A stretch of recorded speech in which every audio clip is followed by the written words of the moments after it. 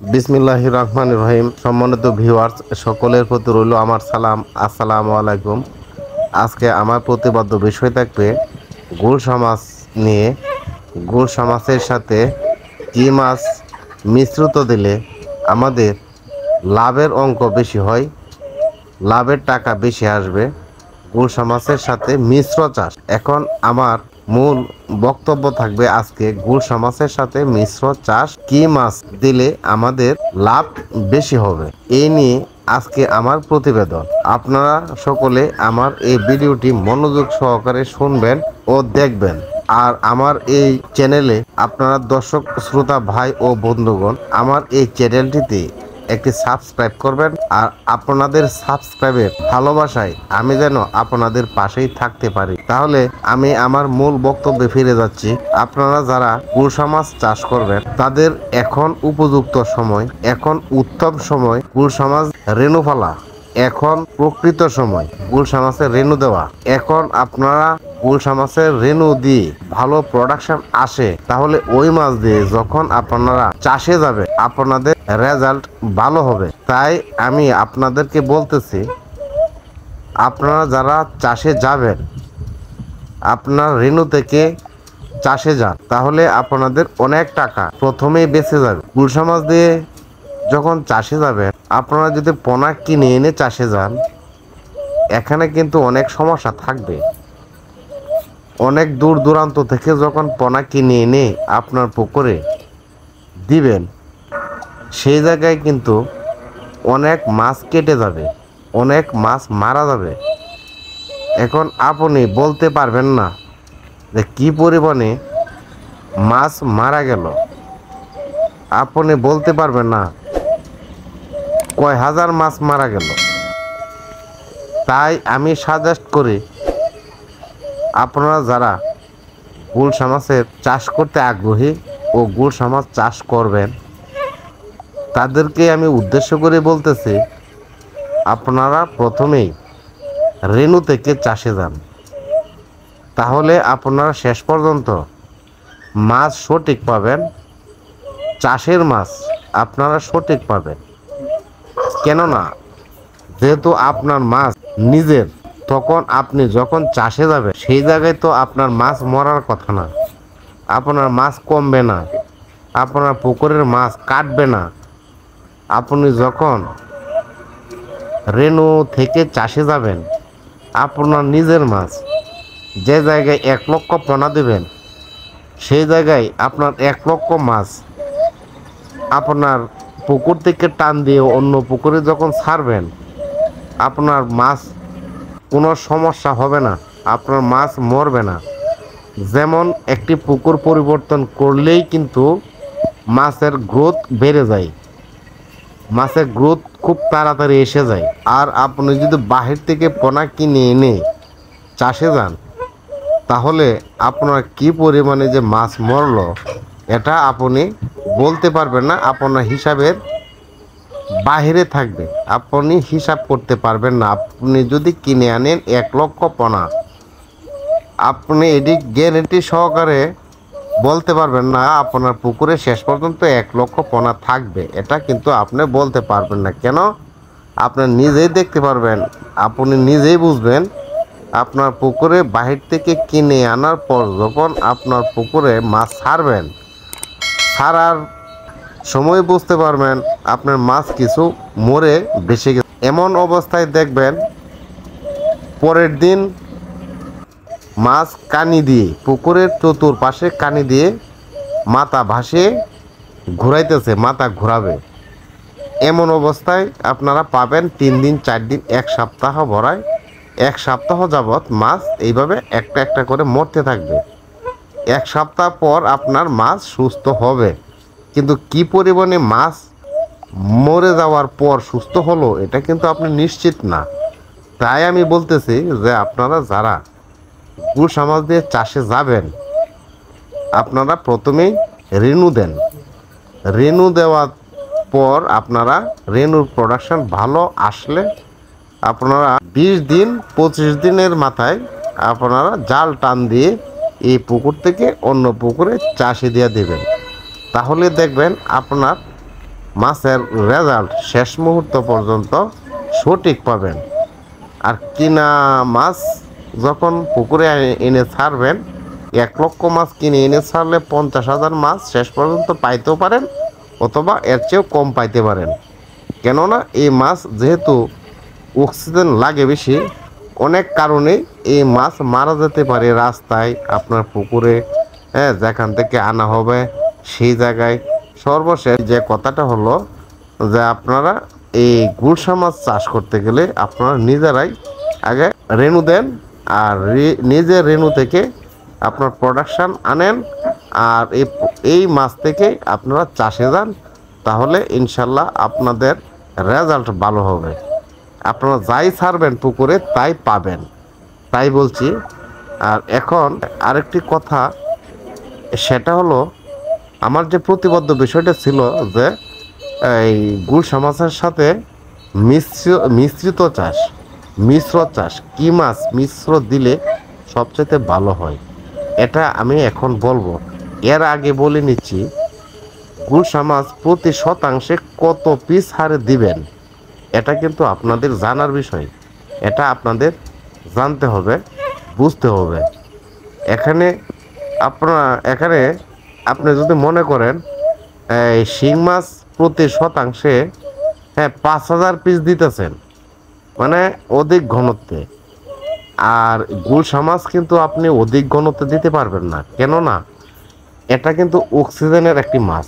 আপনার পুকুরে যখন অক্সিজেনের ঘাটতি হয়ে যাবে, তখন এই মাছ বেঁচে যাবে।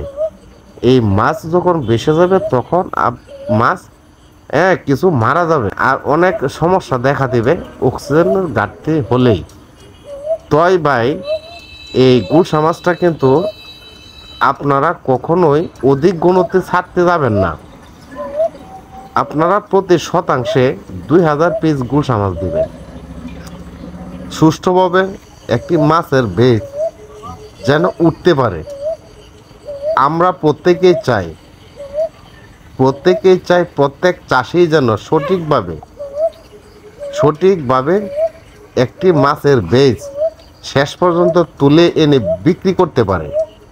এটা আমি কামনা করি প্রত্যেক চাষি ভাইদের, যেন প্রত্যেক ভাইরা আমার একটি মাছের বেচ সঠিকভাবে তুলে এনে বিক্রি করতে পারে, বিক্রি পর্যন্ত। তাহলে আমরা যদি মাছ ঘন দেই গুলশা মাছটাকে, তাহলে কিন্তু ভাই হবে না।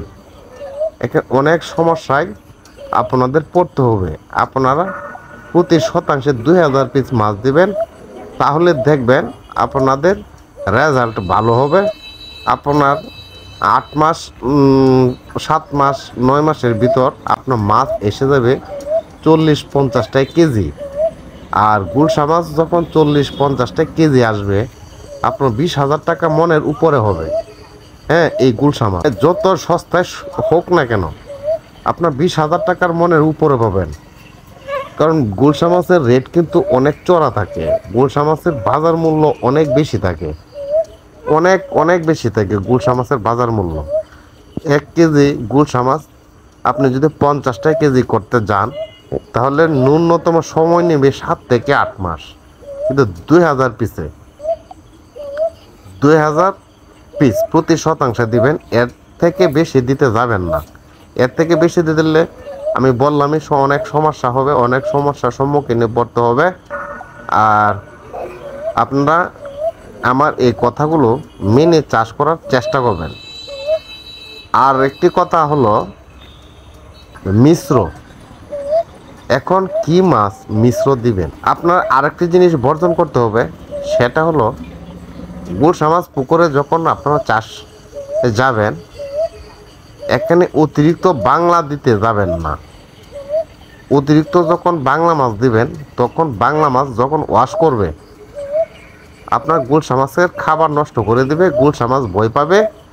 এই ভয় পাওয়ার কারণে ডুব দিয়ে যে নিচে যাবে, উঠবে আর না খাওয়ার জন্য। তাই বাংলা মাছ একটু কম দিবে। আর এটা হলো একটা। আর মিশ্রর কথা যে বললাম, মিশ্র কি মাছ দিয়ে যাবেন, এটা আমি মনে করি আপনারা গুলশা মাছের মাঝে মিশ্র দিতে গেলে সবচেয়ে যে বেস্ট এবং লাভবান হবেন যে মাছটা দিলে সেটা হলো পাবদা মাছ। এর উপরে আর কোনো মিশ্রিত নেই। সবচেয়ে বেটার গুলশা মাছের সাথে পাবদা মাছ মিশ্রিত চাষ, এটার উপরে আর কোনো মিশ্রিত চাষ নেই। সবচেয়ে লাভের একটি মিশ্র চাষ সেটা হলো গুলশার সাথে পাবদা। এটা আমি সেইভাবেই করি, আর আপনাদেরকেও আমি সেইভাবে বলতেছি।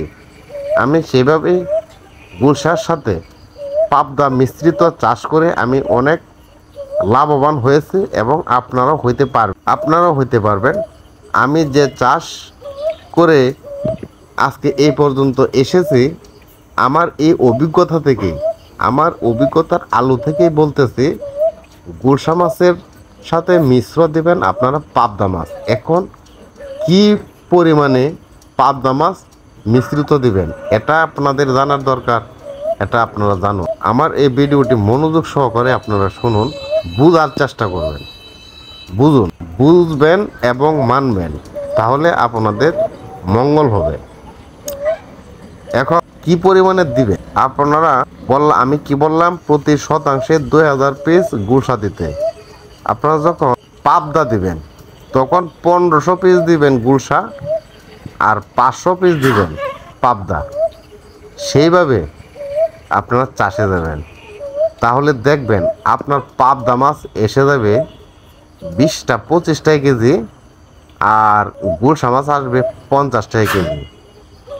এটার কারণ কি জানেন? এটার কারণ হলো এটাই, পাবদা মাছ কিন্তু উপরের লেয়ারের মাছ, উপরের লেয়ার। আপনার প্রতি শতাংশে যেহেতু 500 পিস থাকবে, উপরের লেয়ার একবারে পাতলা থাকতেছে। হ্যাঁ, উপরের লেয়ারের মাছটা খুবই পাতলা থাকার কারণে ওই মাছটা অনেক ছুটাছুটি করতে পারবে, অনেক দৌড়াদৌড়ি করতে পারবে। এখানে সে জায়গা পাবে, এই বেশি জায়গা পাওয়ার কারণে পাবদা মাছটা বড় হয়ে যাবে অল্পতেই। এখন নিচের লেয়ারের মাছ কিন্তু আপনার গুলশা মাছ, এই গুলশা মাছটা কিন্তু নিচের স্তরের মাছ। আপনি 2টি স্তর ভরলেন এইভাবে, প্রথম উপরের স্তর ভরলেন প্রতি শতাংশে 500 পিস পাবদা দিয়ে, আর নিচের স্তর যেটা আছে ওইটা বললেন প্রতি শতাংশে 1500 পিস গুলশা মাছ দিয়ে। এখন 2টি লেয়ার আপনার ফিল আপ। এখন তারপরেও কিন্তু আপনার অক্সিজেনের কিন্তু ঘাটতি হবে, বেশি পরিমাণে ঘাটতি হবে না। দেখবেন কোনো সময় যখন ওয়েদারের সমস্যার কারণে কিন্তু অক্সিজেনের ঘাটতি হয়। আর আপনার নিয়মিত কিন্তু গ্যাসের ডোজ ব্যবহার করতে হবে, নিয়মিত। এখানে কোনো ভুল করা যাবে না, নিয়মিত গ্যাসের ডোজ ব্যবহার করবেন। প্রতি 20 দিন অন্তর অন্তর আপনারা এটা খাতায় লিখে রাখবেন, 20 দিন অন্তর অন্তর আপনারা গ্যাসের ডোজ করবেন, নিয়মিত গ্যাসের ডোজ করবেন, জীবাণুনাশক দিবেন, প্রোবায়োটিক দিবেন। সেইভাবে আপনারা নিয়মিত এটা দিয়ে যাবে, আর কোনো কিছু করতে হবে না। আপনাদের এই মাছের কোনো সমস্যা আসবে না, রোগবালাই আসবে না। আর একটি কাজ করতে হবে, আমি যেভাবে বললাম, যদি আপনারা সেইভাবে যদি চাষে যান, তাহলে লাভবান হতে পারবেন, লাভ পাবেন। এটা একবার যখন আমার সাজেস্ট মোতাবেক যখন করবেন, দ্বিতীয়তে আপনিই বলবেন যে না ভাই ঠিক আছে, আপনি যেভাবে বলছেন আমরা লাভের মুখ সেভাবে পাইছি, সেভাবে পাবেন। কারণ আমি এটা প্রত্যক্ষদর্শী এবং পরোক্ষদর্শী, আমি সেভাবেই করেছি। দেখবেন এই 25টা কেজি এসে যাবে আপনার উপরের লেয়ারের যে পাবদা, আর নিচের লেয়ারের গুলশা কিন্তু এসে যাবে আপনার 50টার নিচে এসে যাবে, 50টার নিচে এসে যাবে 7 মাস 8 মাসের ভিতর। এখানে ভালো একটা প্রফিট আসবে। এখন একটা মূল বিষয় আর একটা গুরুত্বপূর্ণ কথা, ওটা না বললেই নয়। এটা হলো এইভাবে যখন চাষে যাবেন, গুলশা প্লাস পাবদা। এখন গুলশা মাছ কিন্তু প্রথম দিতে হবে, গুলশা মাছটা দিবেন ন্যূনতম 1 মাস আগে, আর পাবদা মাছটা দিবেন 1 মাস পর। আর না হয় কিন্তু যদি সাথে সাথে দিয়ে দেন, তাহলে পাবদা মাছ গুলশা মাছকে কিন্তু খেয়ে ফেলবে প্রথমেই। যেন এমনটা না হয়, আপনারা এই সিরিয়ালটা মেনটেন করে আপনারা মাছ পুকুরে দিবেন, তাহলে ইনশাল্লাহ আপনাদের লাভের মুখ তো পাবেনই নিশ্চিত। আল্লাহ আর উপর ভরসা করে আমি বলতেছি, আপনারা সেভাবে যখন চাষ করবেন লাভের মুখ পাবেন। তাহলে আজকে আমার এই ভিডিও অনেক লম্বা হয়ে গেছে। পরবর্তী ভিডিওতে আমি এটার আরও গুরুত্বপূর্ণ কথা আছে আমি বলবো, আর আগামী ভিডিওতে ইনশাল্লাহ বলবো। আগামী ভিডিও দেখার আমন্ত্রণ রইল। আর আমার এই ভিডিও যদি ভালো লেগে থাকে তাহলে আমার এই চ্যানেলটিতে একটি সাবস্ক্রাইব করবেন ও বন্ধুদের সাথে শেয়ার করে দেবেন। আর কোনো কিছু জানতে আমাকে কমেন্ট করবেন, আমি আপনাদের কমেন্টের উত্তর দেবো ইনশাআল্লাহ। তাহলে এখান থেকে বিদায় নিলাম। আল্লাহ হাফেজ।